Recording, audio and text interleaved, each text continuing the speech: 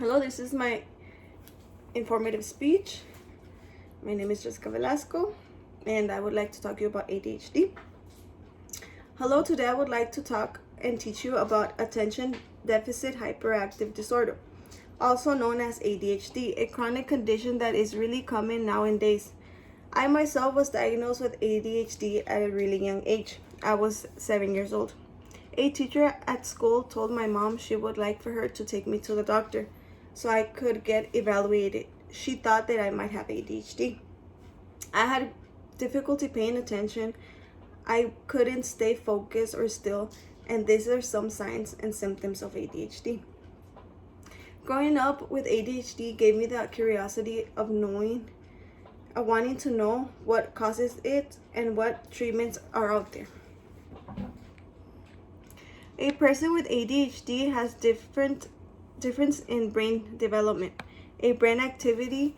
This affects the attention and in some cases the ability to sit still and have self-control. This can affect a big part in this person's life, like school, home, and relationships. According to the CDC.gov, a normal child has trouble focusing, but they grow out of it. But however, a child with ADHD does not.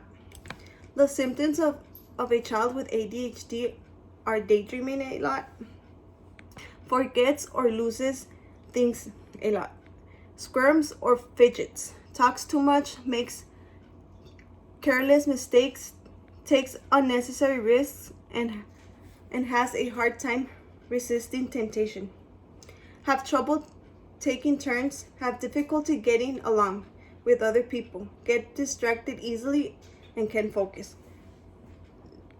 There are 3 different types of ADHD. To determine what type of ADHD the person has, this has to do with the symptoms that are more stronger in the person.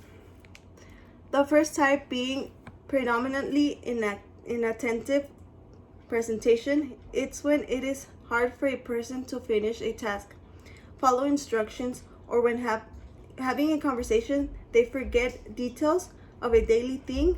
The second one is predominantly hyperactive impulsive presentation. This is when the person fidgets and tends to talk a lot. It is also impulsive. The third one is combined presentation. This is when the symptoms of the first 2 are strong. The CDC have said that even though the scientists are studying and the causes of ADHD, they're still unknown. But what they do know is that genetic plays a big important role. Although scientists are studying other possibilities that can cause ADHD, some things they think might cause it are those that have had brain injury, exposure to environmental drugs during pregnancy, alcohol and tobacco use during pregnancy, premature delivery, low birth weight. Many kids that have ADHD has a parent or a relative that also has ADHD. According to WebMD, there is no single test that is used to diagnose ADHD. There's different forms. The most common use is the healthcare provider will gather information from the source, like school, caregivers, and parents, in order to compare other children the same age as a child who has been evaluated. Using standard rated scale to determine the children's behavior, doctors are able to determine if the child or the person has ADHD and the type. Although ADHD has no cure, it is treatable. There are different ways to treat ADHD, but the most common is by medication and therapy.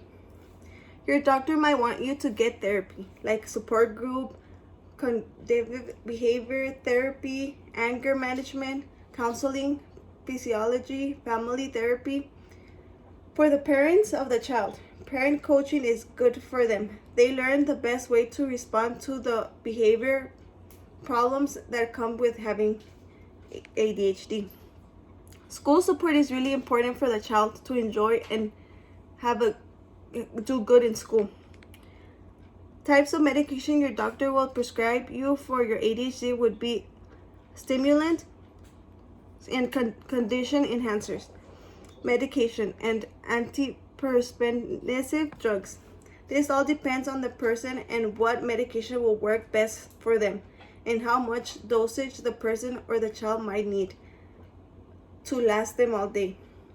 In some occasions, your doctor would recommend for you to get both the therapy and the medication to treat your ADHD. I hope you get to learn more about ADHD and the different ways you can know if someone has and how to treat ADHD. A lot of people don't really know you can have different types of ADHD. Some people think you can only have one, but that's not the case.